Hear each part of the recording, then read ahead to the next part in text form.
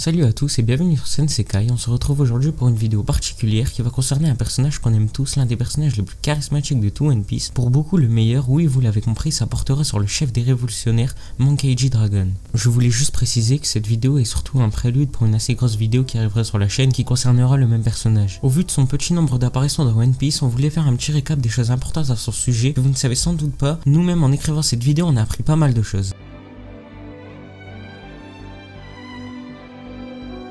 Pour démarrer, la première apparition de Dragon dans l'anime, on le voit dans le premier opening, We Are. C'est quand même assez ouf de l'avoir vu aussitôt avant même Lockdown dans sa première apparition qui est au chapitre 100. Luffy a apparu pendant une courte durée au théâtre Mugiwara Monstre, c'est un genre de court métrage qui se déroule durant l'année du dragon au Japon, avant même qu'il soit révélé que Luffy c'est le fils de Dragon, sans doute encore un foreshadowing de la part de Oda. Dragon a une marque sur le côté gauche de son visage, tout comme Garp et Luffy, peut-être une signification particulière de la famille. On trouve ça très bizarre entre le tatouage de Dragon et les cicatrices de Luffy.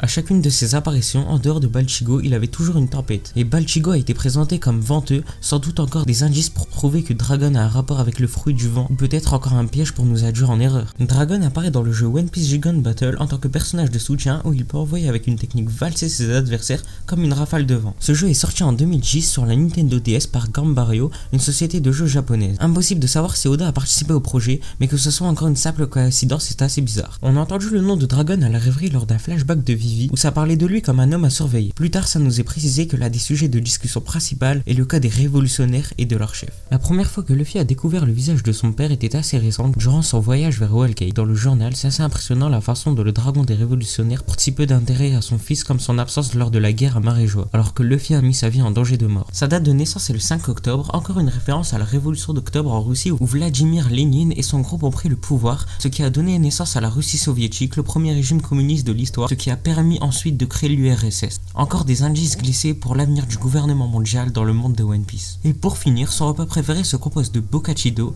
gâteau cubain en forme de beignet, ouvert en deux et garni de crème ou de truffes. Vous trouverez sans doute pas mal d'infos inutiles, mais retenez-les bien, vous serez assez surpris. Comme dit au début de la vidéo, ce n'est qu'une vidéo introductive. C'est maintenant la fin de la vidéo, j'espère que vous l'avez aimé. N'oubliez pas de commenter, partager et de vous abonner, ça nous ferait extrêmement plaisir. C'était Sensekai et à plus pour une nouvelle vidéo.